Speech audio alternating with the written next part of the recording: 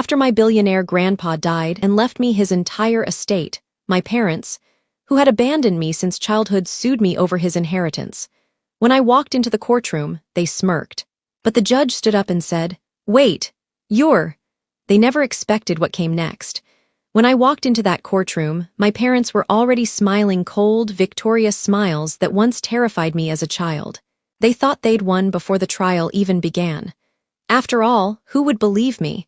The daughter they'd abandoned 20 years ago over them, the glamorous writers everyone adored on TV. But this time, the game was different. My grandfather, the only person who ever truly loved me, had died, leaving his billion-dollar estate entirely to me. And now the people who once left me crying on his doorstep were suing me for it as I stood before the judge. My heart pounded. Then he looked up, studying me for a long moment. Suddenly, his eyes widened. "Wait," he said, his voice trembling. "You're her—" The room fell silent. My parents' smug expressions cracked because they realized the truth was about to destroy their perfect lie. I was 5 years old the day my parents vanished from my life. The sun in Santa Barbara was cruel that afternoon. Too bright, too hot, burning everything it touched except the part of me that went cold. My mother Victoria knelt in front of me in her white summer dress. Her perfume heavy with lilac and lies. "Be good for Grandpa." "Okay, darling," she said, forcing a smile. Her lipstick was too red, her eyes too dry. My father, Charles, stood beside the car, tapping the hood impatiently. "Vic, let's go, we'll miss the flight." "Flight?" I asked, clutching the hem of her dress. "Where are you going? Can I come?" She froze for a heartbeat. "It's just a short trip, sweetheart. We'll be back before you know it." But even at 5, I heard the tremor in her voice. She didn't hug me. She kissed the air near my cheek, her earrings brushing my face. Then she turned and walked away, heels clicking like a countdown. The car door slammed, the tires spun on the gravel, and their silver convertible disappeared behind the tall iron gates. I ran after it until my lungs screamed, until my small legs gave out. The scent of dust and gasoline filled my nose. I screamed for them, but the only answer was the wind and the distant cry of seagulls. Then a hand rested on my shoulder, steady, warm, grounding. Grandpa Henry knelt beside me. He wasn't the kind of man who spoke in rushes. Every word he said carried the weight of truth. His gray eyes softened as he brushed the dirt from my knees. "They don't know what they've lost, sweetheart," he murmured, his voice trembling just slightly. "But you," he paused, lifting my chin so I'd meet his gaze. "You will never be unwanted again." He scooped me up in his arms as if I weighed nothing and carried me back toward the mansion. I remember resting my head against his shoulder, listening to the steady beat of his heart. It was the first time I'd felt safe that day. That night, I sat in the enormous kitchen, swinging my legs from the high stool as he made me cocoa himself. No servants, just him. "You like extra marshmallows, right?" he asked with a small smile. I nodded through the tears that wouldn't stop. When he tucked me into bed, the house felt too big, the silence too deep. The ticking of the grandfather clock sounded like footsteps that would never return. "Will they come back for me?" I whispered. He hesitated, then smoothed my hair. "Some doors, my dear Emma, once closed, should stay that way." Before he turned off the lamp, he added quietly, "But you'll never have to chase love again. From now on, it lives right here." And as the shadows stretched across the room, I clutched his hand and believed him. That was the night I stopped waiting for my parents and started belonging to someone who never left. Life with Grandpa Henry was nothing like the movies made about billionaires.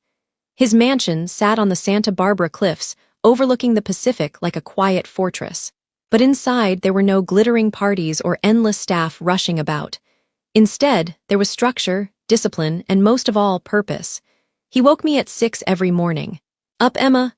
The world doesn't wait for the lazy," he'd say, knocking gently on my door. I would drag myself to the kitchen where he'd already be seated with his black coffee and a newspaper spread across the marble counter. "Read this," he'd say, pointing at the headlines. "Then tell me what they're not saying." At first, I didn't understand. I was just a child trying to finish her cereal.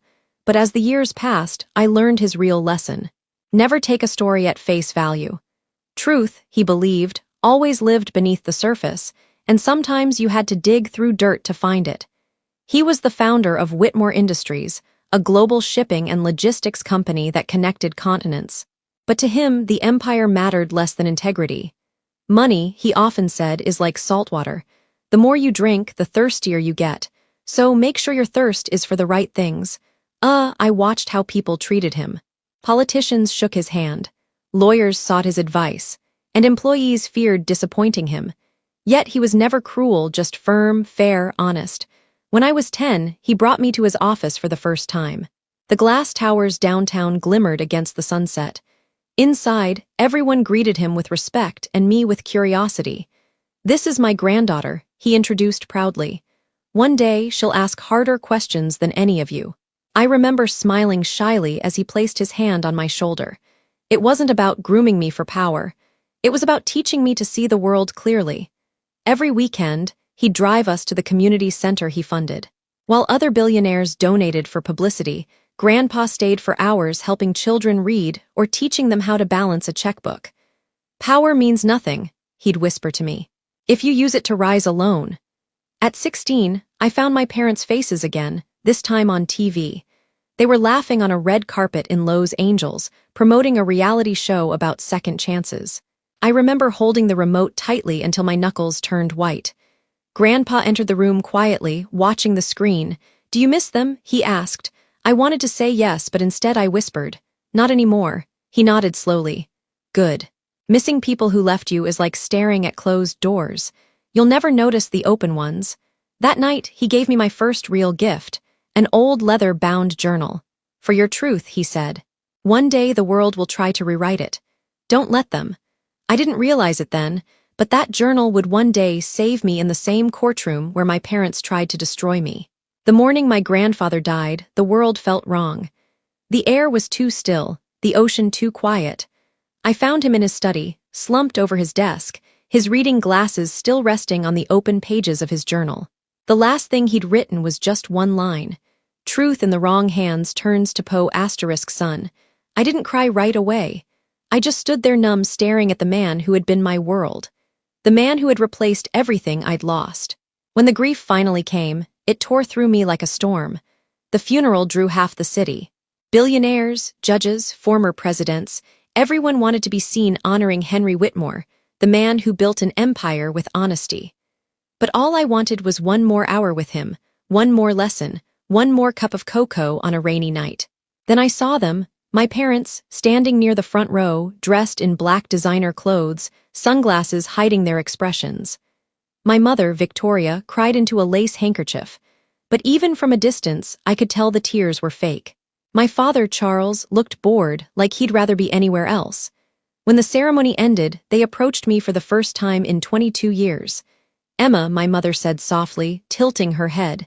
"You look so grown up." I stepped back. "You remembered my name." Impressive, her smile flickered. "We're family. We should reconnect." "Family," I echoed. "You left me with him like luggage you didn't want to carry." Charles's jaw tightened. "You always were dramatic." Before I could respond, Henry's lawyer, Mr. Samuel Briggs, called everyone into the estate office for the reading of the will. The guests murmured with curiosity. My heart hammered against my ribs. Samuel cleared his throat. "The late Judge Henry Whitmore leaves all assets, including the Whitmore mansion, businesses, and liquid holdings, to his granddaughter, Emma Whitmore." The room went silent. My mother gasped. "That's impossible." Charles slammed his palm against the table. He was old. He wasn't thinking clearly. But Samuel continued, his voice firm. He also left a note to his son and daughter-in-law. It reads, "Those who walk away from truth for comfort have already forfeited their inheritance." Victoria's lips parted, her voice trembling. "He can't do this. We're his children." Samuel looked directly at her. "He already gave you everything that mattered a chance to be decent. You wasted it." I stood frozen, my fingers digging into the edge of the table. I had never seen my parents so exposed, stripped of their glamour, their practiced charm. As the crowd dispersed, my mother's mask cracked. "You'll regret this, Emma," she hissed. "You don't deserve a cent of what he built." I met her gaze steadily. "Neither do you." Outside, the sea wind howled through the estate gates, scattering white petals from the wreaths. I realized then that grief and greed often arrive holding the same hand. And somewhere, I swear I could almost hear Grandpa's voice. "Stand tall, Emma. The truth has long arms and it always reaches back." It started with a thick white envelope on my doorstep. No return address, just my name, Emma Whitmore, written in bold, familiar handwriting. I tore it open, expecting condolences. Instead, my eyes froze on the first line. Notice of civil action. Charles and Victoria Whitmore versus Emma Whitmore, claim of undue influence. For a moment, I couldn't breathe. My hands shook so violently I dropped the papers on the floor. My own parents were suing me, accusing me of manipulating my grandfather into leaving me everything. The media found out within hours. By nightfall, headlines screamed across the internet. Billionaire's granddaughter sued by arranged parents for $1. Sixth estate. Paparazzi parked outside the gates. Flashes of light cutting through the darkness like gunfire. My lawyer, Robert Hayes, called me early the next morning. His voice was calm, steady, the kind that only comes from decades of dealing with chaos. Emma, they're moving fast. Their attorneys filed in Los Angeles County. Your father still has influence there. Of course he does, I muttered. He always did, just never where it mattered. When we met in Robert's office later that day, he slid the documents toward me. They're claiming you isolated your grandfather in his final months. They say you controlled access, interfered with his doctors, and coerced him to alter the will. I laughed bitterly. Controlled access? He was the one protecting me from them. Robert sighed. Emma, I've seen nasty inheritance battles. But suing your own child? That's a new level. They're not my parents, I said quietly. They're strangers who share my blood. Still, I couldn't stop thinking about Grandpa's last few weeks. The quiet dinners, his tired smile, the way his hand trembled when signing letters. I wondered if he knew they'd come after me. Maybe that's why he left the journal. Maybe that was his warning. 2 days later, a tabloid reporter ambushed me outside a cafe. Emma, is it true you brainwashed your grandfather? Did you threaten him? I stopped walking, turned toward the cameras, and said evenly, if loving the man who raised me is a crime, then I'm guilty. The next morning, my phone buzzed with a blocked call. Enjoying your fame? My mother's voice purred. Why are you doing this? I asked. Because you took what's ours, she said coldly. You stole our life, now we'll take yours. Then she hung up. That night, I sat alone in the study, staring at Grandpa's old desk, the same one where he taught me to read legal documents. His photo stood beside his leather journal. I opened it, tracing the faded handwriting. When the truth is tested, stand still. Let them attack, they'll only wound themselves. I closed the book and exhaled. The fear was still there, but underneath it burned something stronger: resolve. They wanted war, then they just declared it against the wrong Whitmore. The day of the first hearing arrived under a sky that looked bruised gray clouds pressing low over Los Angeles. Reporters lined the courthouse steps like vultures waiting for something to die. Maybe it was my reputation. Maybe it was theirs. Inside, the courtroom smelled of wood polish and tension. My parents sat at the plaintiff's table, perfectly staged for the cameras, my mother in a fitted black dress, my father in a tailored navy suit. They didn't look like grieving family. They looked like actors rehearsing for revenge. When I entered, whispers filled the gallery. That's her, the granddaughter, someone murmured. My heels clicked against the marble floor, each step steady, though my hands were trembling inside. Robert leaned close and whispered, Stay calm, Emma. Let the evidence speak for itself. At the bench sat a middle-aged man with silver hair and sharp, knowing eyes, Judge Marcus Nolan. His presence filled the room even before he spoke. When our eyes met, something flickered across his face. Recognition, disbelief, maybe both. He removed his glasses slowly. Miss Whitmore, he said, his voice softer than expected. Would you please approach the bench for a moment? My stomach twisted as I stepped forward. The courtroom hushed. When I stopped before him, he studied me for a long moment. Then he said quietly, almost to himself, You're Henry Whitmore's granddaughter. Yes, Your Honor, I replied. He nodded once, his expression shifting from surprise to solemn respect. I clerked for your grandfather years ago. He once told me, if my granddaughter ever stands in your courtroom, listen carefully because she'll be telling the truth. A ripple of gasps spread through the gallery. Behind me, my mother's composure cracked. My father's jaw tightened. Judge Nolan straightened. Proceed, he said, but his tone carried an undercurrent. My parents' attorney clearly noticed, one that said, integrity still means something here. Their lawyer, a slick man named Elliot Graves, wasted no time twisting the knife. Your Honor, he began smoothly. This young woman systematically alienated her elderly grandfather, restricted his communication, and manipulated his estate planning. "We will prove her actions were fraudulent," Robert stood calmly. "We welcome the chance to disprove every word, Your Honor." Then Graves smirked. "She's quite composed for someone accused of stealing $1 billion. I met his eyes and said evenly, 'Composure isn't guilt, Mr. Graves. It says confidence in the truth.'" A murmur of approval rippled through the observers. Even Judge Nolan's mouth twitched in what might have been a restrained smile. As the proceedings began, they tried everything. Twisted emails, misquoted letters, cherry-picked statements from staff. But each time, Robert countered with documented proof, clear timelines, and witnesses loyal to Grandpa's name. Still, the worst came when my mother took the stand. Her voice trembled perfectly. "We only wanted to reconnect with our daughter," she said tearfully, dabbing at her eyes. "But Emma, she pushed us away. She isolated him. We were just trying to protect Dad's legacy." Her words dripped Poe*son, and I could almost hear Grandpa's warning echoing in my head. Truth in the wrong hands turns to Poe*son. But as I watched the judge's expression harden, I realized something. Poe*son only works if it's swallowed, and I wasn't about to drink it. By the second day of the hearing, the courtroom had turned into a battlefield. My parents' lawyer strutted across the floor like a peacock, waving papers, and dramatizing every sentence as if we were on live television. But I wasn't there to perform. I was there to end this. Robert rose slowly, adjusting his tie. "Your Honor," he said, his voice calm but firm. "The defense would like to submit additional exhibits, medical evaluations, witness statements, and the late Judge Whitmore's personal correspondence and one." The moment the word correspondence left his lips, my mother stiffened. She knew exactly what that meant. Judge Nolan gestured, "Proceed." Robert handed him a thick file and then nodded to me. "Miss Whitmore, please take the stand." My heart pounded as I walked forward, my heels echoing on the marble floor. I had rehearsed this moment 100 times. But when I sat down and looked at my parents, the two people who gave me life, and then tried to destroy it, my throat tightened. Robert placed the first letter on the evidence screen. Grandpa's handwriting appeared, neat and unwavering. "To my dearest Emma, you were never my obligation. You were my choice. If ever you find yourself standing against those who abandoned you, don't hate them. Let the truth defend you. It always will." A hush fell over the room.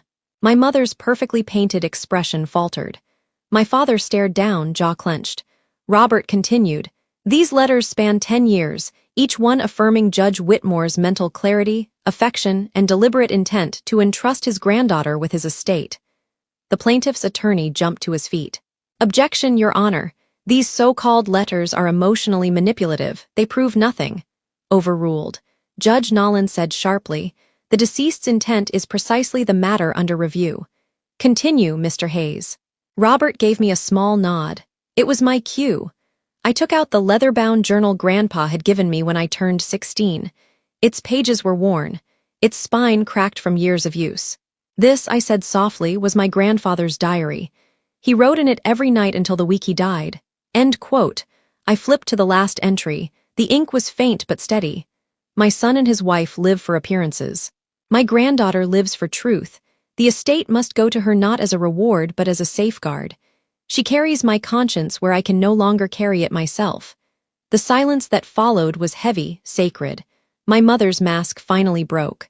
"He was sick. He didn't know what he was saying," she shouted, rising from her seat. "She brainwashed him." Judge Nolan slammed the gavel. "Mrs. Whitmore, sit down now." Her outburst echoed against the wooden walls before fading into nothing. I looked at her, at the woman who gave birth to me but never really saw me, and said quietly, "No one brainwashed him, Mother. He just finally saw who you really were." And as I said it, for the first time in years, I felt like his granddaughter again, not their pawn. The third day of the trial felt like the longest day of my life. Every breath, every whisper, every creak of a chair echoed inside my skull like thunder. I sat at the defense table, my fingers intertwined tightly in my lap, staring straight ahead. Across from me, my parents whispered to their lawyer, their once confident smirks now brittle and strained. Judge Nolan entered the courtroom, robes swaying, expression unreadable. The audience hushed instantly. He took his seat, shuffled the papers before him, then looked at me. For a fleeting second, I thought I saw something like pride in his eyes. "This court," he began, "has reviewed all submitted evidence, testimonies, and correspondence of the late Judge Henry Whitmore." His tone was calm, measured, the kind of voice that could slice through lies without raising in volume. "What I see before me is not a case of manipulation. It is a case of misplaced greed." A soft murmur rippled through the room. My father's jaw tightened. My mother's hands began to tremble. "The plaintiffs," Nolan continued, "have failed to provide evidence that the defendant exercised undue influence.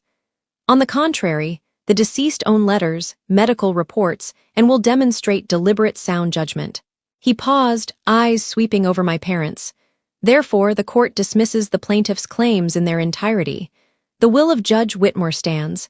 The estate belongs to Miss Emma Whitmore for a heartbeat." There was silence. Then reporters gasped, pens scratching, cameras flashing. But I didn't move.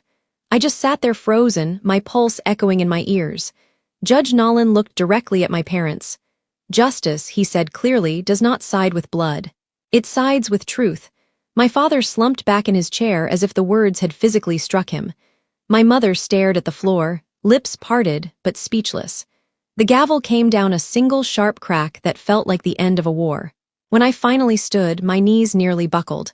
Robert touched my shoulder lightly. "It's over," he whispered. "You did it." But it didn't feel like victory, not the way people imagine.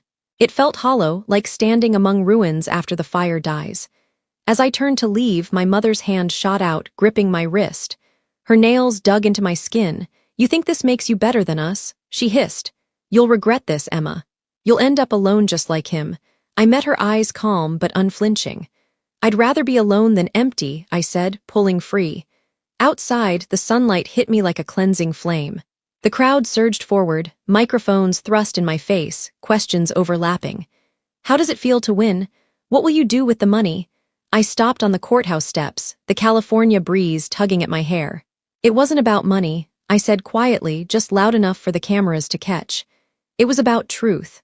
That night I sat by Grandpa's portrait, the verdict papers beside me, and whispered, "You were right. The truth really does have long arms." And today, it finally reached back. Weeks passed after the verdict, but peace didn't come easily. Reporters eventually moved on to the next SC*Endal. Yet the silence that followed felt deafening. The estate was legally mine now. The mansion on the cliffs, the companies, the legacy, but without Grandpa. It all felt like a museum of ghosts. Every night I walked through the long hall lined with his portraits, hearing echoes of his voice in the creak of the floorboards. Power means nothing if you can't sleep with your conscience. For the first time, I slept without fear, but not without ache. Then, one late evening, as the sun melted into the Pacific and painted the sky in shades of crimson, my phone rang. The screen flashed an unknown number. I hesitated before answering. "Hello?" A pause, then a trembling voice. "Emma, it was my father." For a moment, I couldn't breathe. The same man who'd screamed at me in court now sounded smaller, fragile. I read the journal," he said quietly. "Your grandfather's words. I didn't want to believe them, but I couldn't stop." His voice cracked.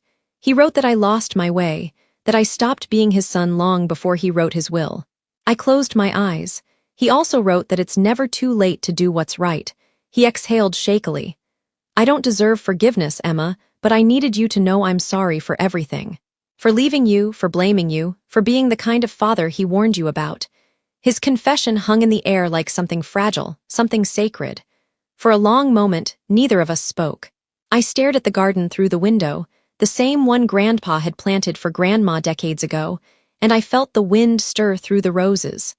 "I don't know if I can forgive you," I whispered. "But I know Grandpa would have wanted me to try." "I'll take that," he said softly. "It's more than I deserve." Before he hung up, he added, "You remind me of him, you know, the way you stand your ground." After the call ended, I sat there for a long time, staring at the horizon. The world was quiet again, not heavy this time, but healing. I walked out into the garden barefoot, the grass cool beneath my feet. The sun had dipped below the waves, leaving a soft amber glow over the estate. In my hands, I carried Grandpa's old journal.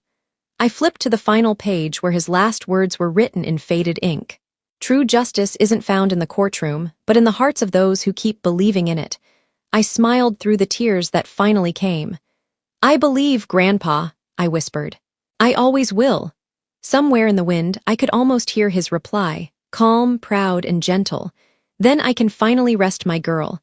And as the ocean breeze swept through the roses, I realized something beautiful. Justice had been served. But forgiveness, that was the real inheritance.